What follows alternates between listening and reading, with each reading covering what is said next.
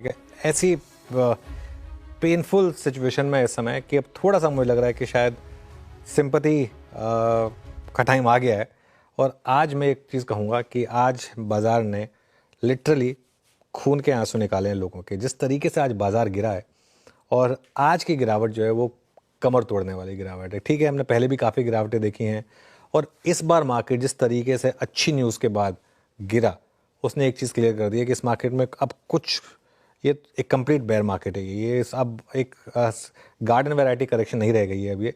और अब तो बड़े लोगों की भी हिम्मत टूट रही है। अब तक तो खैर रिटेल की हिम्मत टूटी थी, बड़े लोगों की भी हिम्मत टूट रहे हैं। और निफ्टी और बैंक निफ्टी को देखकर आपको भले ही लग रहा हो कि काफ़ी गिरे हम, ये तो असली पेन बता भी नहीं रहे हैं। असली पेन तो आपको मिड कैप और स्मॉल कैप में दिख रही है, जहाँ पर मैं कुछ एनालिसिस कर रहा था। कई स्टॉक्स में, कई मिड कैप और स्मॉल कैप में 3 साल की रैली स्वाहा हो चुकी है। जी हाँ, पिछले 3 महीने की डिक्लाइन में 3 साल की रैली स्वाहा हो चुकी है। इस तरीके का आपने मार्केट में पेन देखा है।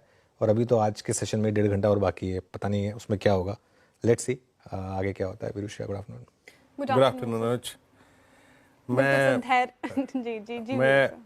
मैं सूर्य से यही, अगर आप देखें, प्रार्थना करूंगा कि वो जो आह्वान दुर्योधन ने किया था कि हे भगवान सूर्य जल्दी अस्त हो जाओ, वो मैं भी करता हूँ अनुज। वो इमेज याद है ना, ये सूर्यास्त होता क्यों नहीं है, क्यों नहीं हो रहा है, ये सूर्यास्त क्यों नहीं हो रहा है, ये सूर्यास्त क्यों नहीं हो रहा है। ये आई थिंक हम अब तक तो इसको जब भी कभी कोई पार्टी होनी होती थी तब यूज़ करते थे ग्रुप्स में, लेकिन आज आई एम श्योर कि मार्केट वाले भी ये 100% यूज़ कर रहे होंगे। काफ़ी पेनफुल सेशन है। बिल्कुल पेन है श्रेया जी। ये जो मीम दिया है वीरू जी ने, सूर्यास्त कब होगा, बिल्कुल धैर्य एकदम जवाब दे रहा है। जिस तरीके से बिकवाली बाजार में लगातार 5वां ट्रेडिंग सेशन है देखने को मिल रही है।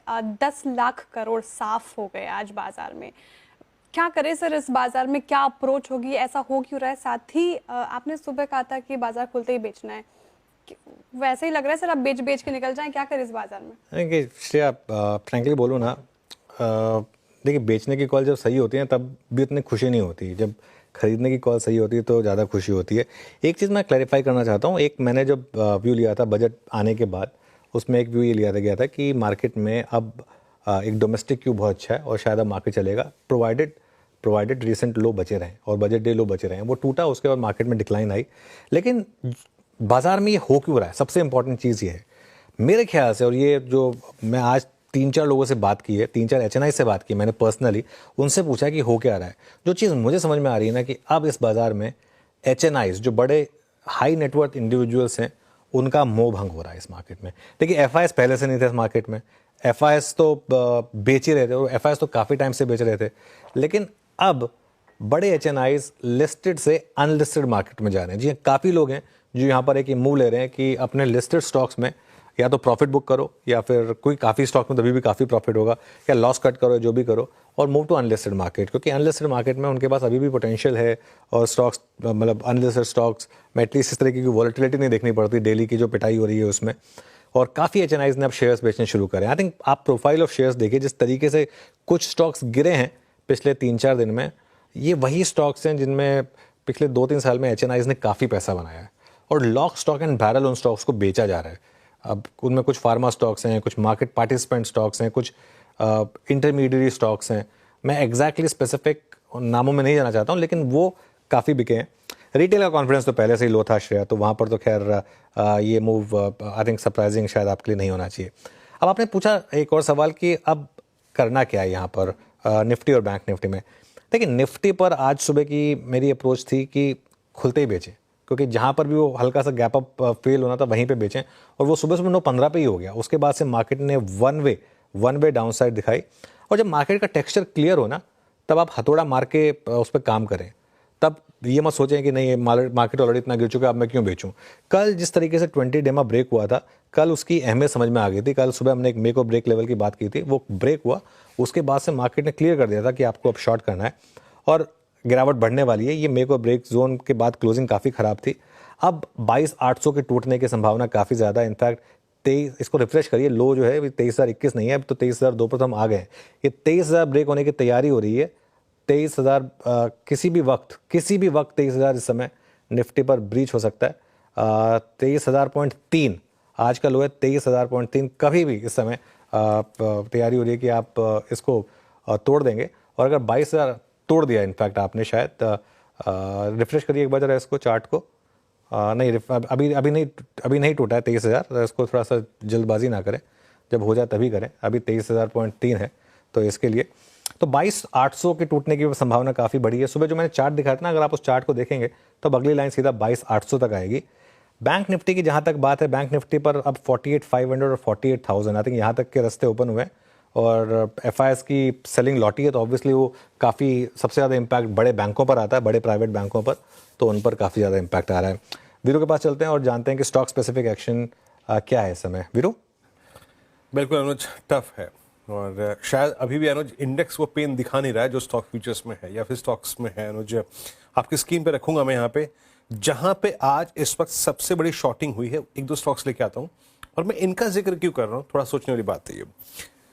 बहुत सारे स्टॉक्स अब 200 डेमा से भी करीब 100-150 रुपए, यानी फॉर इंस्टेंस 15-20% नीचे है। लेकिन बाजार आज कहां फोकस कर रहा है, जहां पे 200 डेमा अभी भी बचा हुआ है।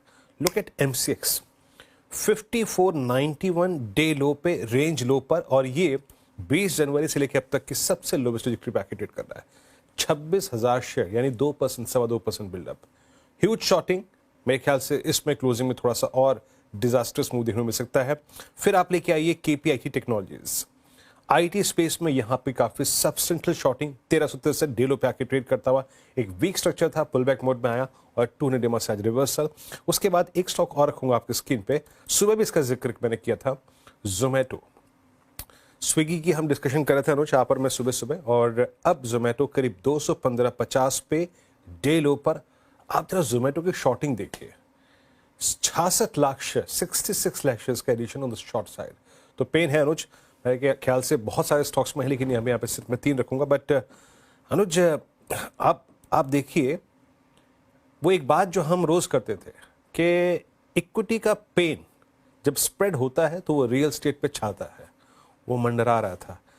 बट जिस तरीके से लोढ़ा को देखिए आप, जिस तरीके से गोदरेज प्रॉपर्टीज को देखिए आप, DLF को देखिए, कंप्लीट साइंस के वो जो आप HNIs का जिक्र कर रहे थे, वो फैक्टर अब यहाँ पे हावी होता हुआ अनुज। वीरू, अब निफ्टी 23,000 के नीचे आ गया, तब नहीं आया था, अब आ गया 23,000 के नीचे। 22,997 का लो अब निफ्टी ने लगा दिया है। देखिए, ये सब कोलैटरल डैमेज है वीरू, ये सब होगा, और मार्केट में से पैसा निकल के रियल एस्टेट में जाता है, ये एक कॉमन थ्योरी है और वही हो रहा है। अच्छा, मार्केट में इसमें एक और चीज़ इस समय हो रही है। एक बार आपने सिंस जोमेटो की बात की थी, एक बार स्विगी का इंटरडे चार्ट देखते हैं हम। अच्छा, एक चीज़ जो मुझे अब थोड़ी सी इंटरेस्टिंग लग रही है ना, अब देखिए आज सुबह एक इनिशिएटिंग कवरेज आई थी, मैंने कवर नहीं की उस रिपोर्ट को, गैप अप हुआ, उसके बाद ये स्टॉक कोलैप्स हो गया। और ये होगा अभी मार्केट में, काफ़ी आपको केयरफुल रहना है। चाहे बड़े से बड़ा ब्रोकर कोई भी रिपोर्ट लेके आ जाए, मिड और स्मॉल कैप में बहुत केयरफुल रहना है। मिड और स्मॉल कैप में तो मैं पॉजिटिव भी नहीं हुआ था, इवन जब रैली हुई थी तब भी मैं पॉजिटिव नहीं हुआ था। और ये मेरा व्यू था कि इवन पोस्ट बजट जो रैली थी उसमें कि निकलिए, मिड कैप और स्मॉल कैप में से निकलिए। यहाँ पर बहुत पेन है, क्योंकि यहाँ पर आपको कई स्टॉक्स में एग्जिट नहीं मिलेगी। और मैं अभी भी ये बात कह रहा हूँ, अब रियल एस्टेट सिर्फ एक उस स्पेस को रिप्रेजेंट करता है। ऐसी कई पॉकेट्स हैं जहाँ पर मुझे लग रहा है कि मार्केट में डिक्लाइन रहेगी। और ये इसमें सिर्फ ये वाला फैक्टर नहीं है कि स्टॉक मार्केट का पैसा इसमें जाता है, ये एक हाई बीटा सेक्टर भी है, इसके लिए भी फ़र्क पड़ता है। जो जब मार्केट चलता है तो रियल एस्टेट ज़्यादा चलता है, जब मार्केट गिरता है तो रियल एस्टेट ज़्यादा गिरता है। ऐसा हमने कई PSU शेयरों के साथ भी देखा है, रियल एस्टेट के साथ भी अमूमन ऐसा ही होता है। तो ये एक फैक्टर हो सकता है।